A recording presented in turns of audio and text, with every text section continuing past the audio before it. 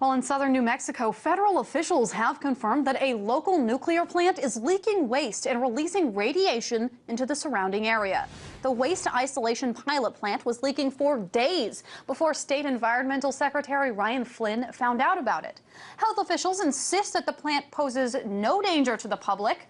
A statement to RT reads, quote, "The New Mexico Environment Department has seen no data to suggest any health threats to people have occurred as a result of the February 14th incident that led to a release of radiation outside the waste isolation pilot plant." However, it could take weeks for crews to get underground to the dump to try to figure out how it happened in the first place. This plant is the nation's first underground nuclear repository in the U.S.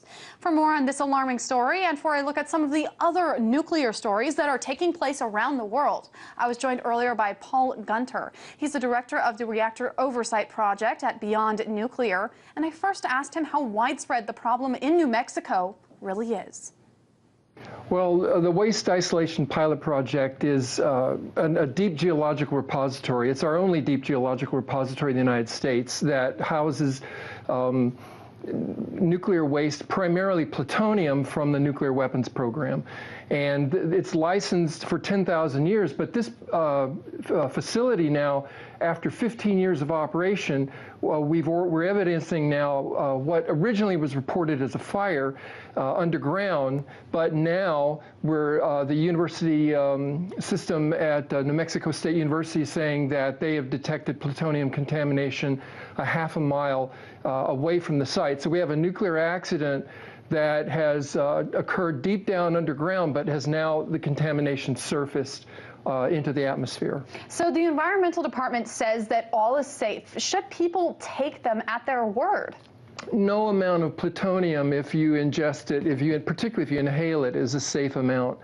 So the fact that that plutonium contamination is now being picked up in surface monitors, it represents a public health and safety concern. Now, something that you mentioned is that this is obviously one of the only places, the only place really, that stores this underground.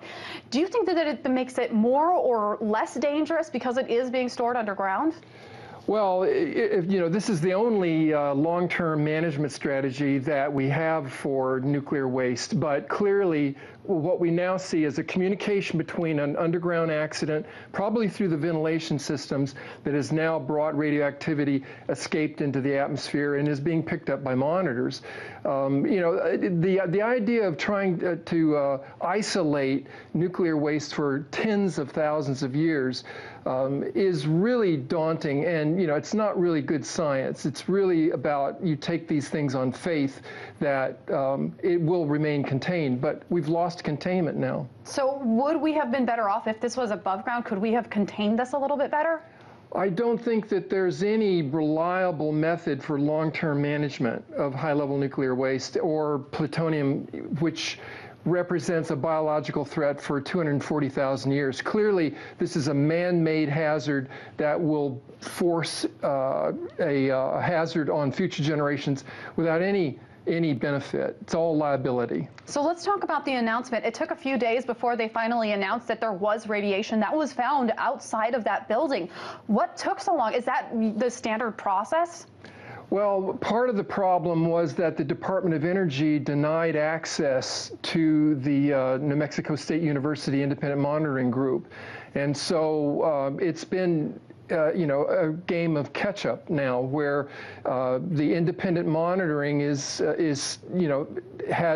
didn't have early access into the site. So that's part of the problem, that the information has been withheld essentially by the government for days now. But it's going to be days, weeks, months, even longer to understand the full scope of this accident. What was the reason for withholding them?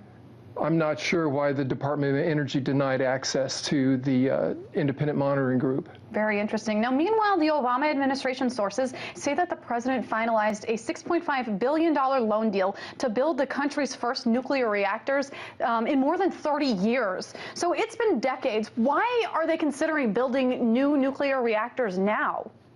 Well, this is part of an ongoing juggernaut that the nuclear industry has been, looking to revive itself. They called it a renaissance. In fact, it's a relapse to the same economic failure that stopped this industry dead in its tracks 30 years ago.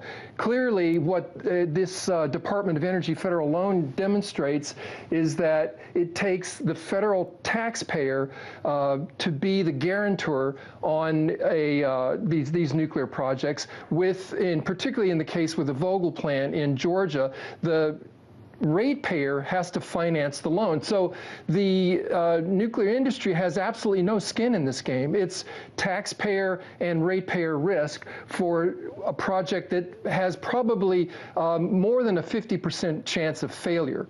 Now, when the Fukushima Daiichi power plant had all of those problems, I remember articles coming out criticizing the current state of American nuclear power plants. What is the current state of power plants? Should that money be better served updating ones that are currently in use? Well, there is a concern that these older nuclear power plants, like the Fukushima-style reactors,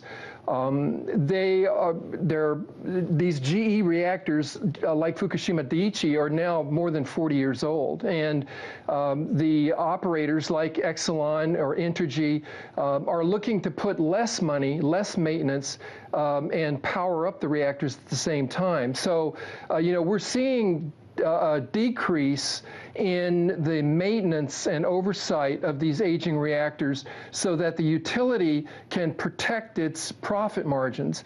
And these plants are very fragile economically as well. They don't compete anymore. And so, profit margins, financial margins are being put against public health and safety margins, and that's an increasingly dangerous venture. And finally, let's talk about what's going on in Japan 3 years after that plant had this catastrophic shutdown. Right now, they are starting to let 30,000 residents kind of go back, and they're going to go back after a 2-year process.